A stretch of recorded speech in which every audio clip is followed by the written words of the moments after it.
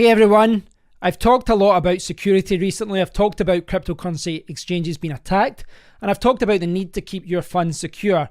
Don't send your money to exchanges unless you're going to do some trades. Once you finish your trades, send the money back to your wallets.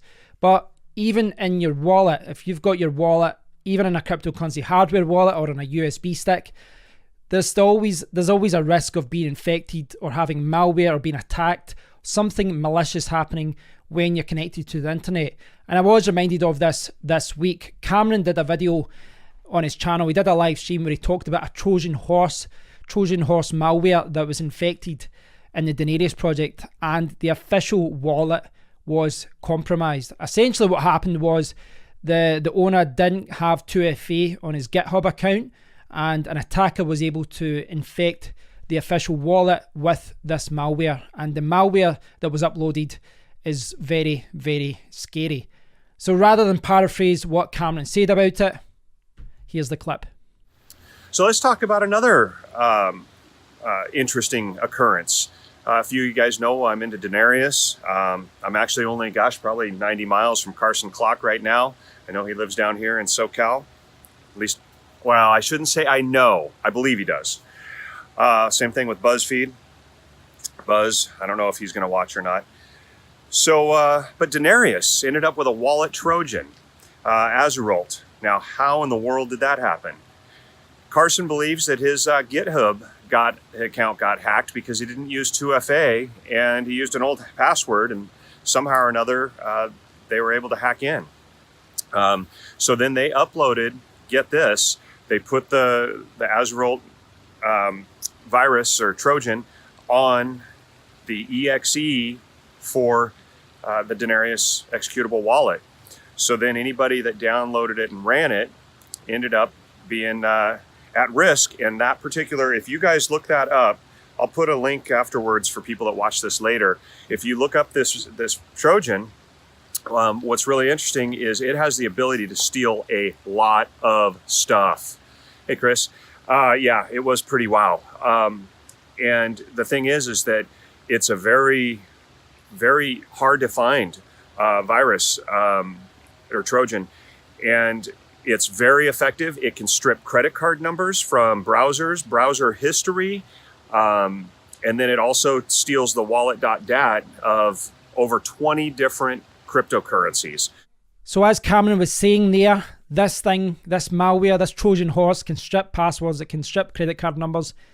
It's really, really scary. It really frightens me that things like that exist out there. So it's a constant reminder that you do have to be very careful when you're handling your funds, when you're handling your cryptocurrency wallets.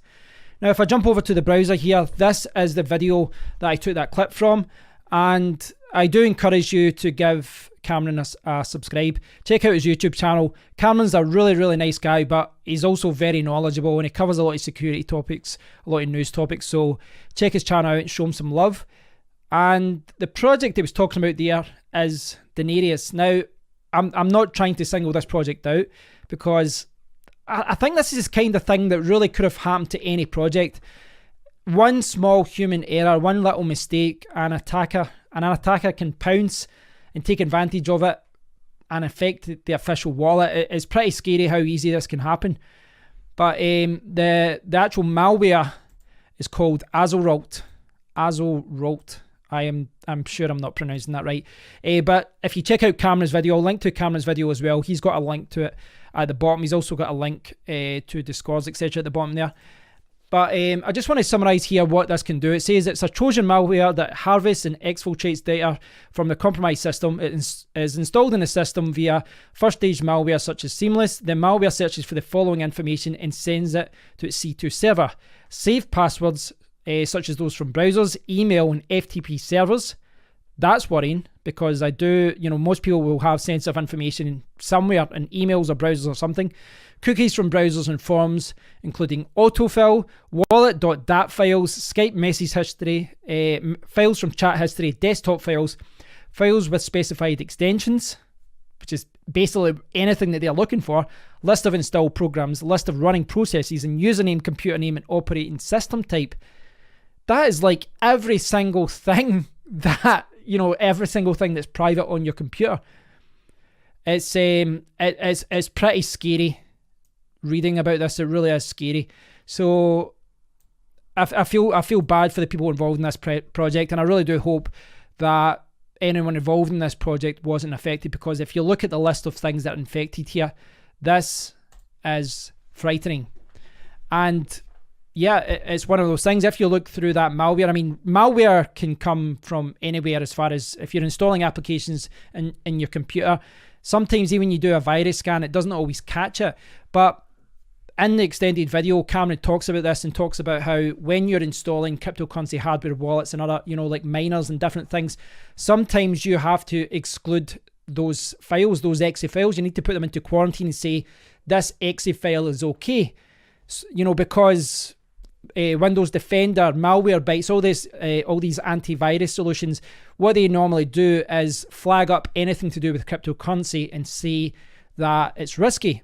And in this instance, they were correct. But unfortunately, if you do install a Qt wallet or any kind of cryptocurrency wallet on your computer, you're probably going to have to quarantine it and say to the antivirus software, no, this is okay.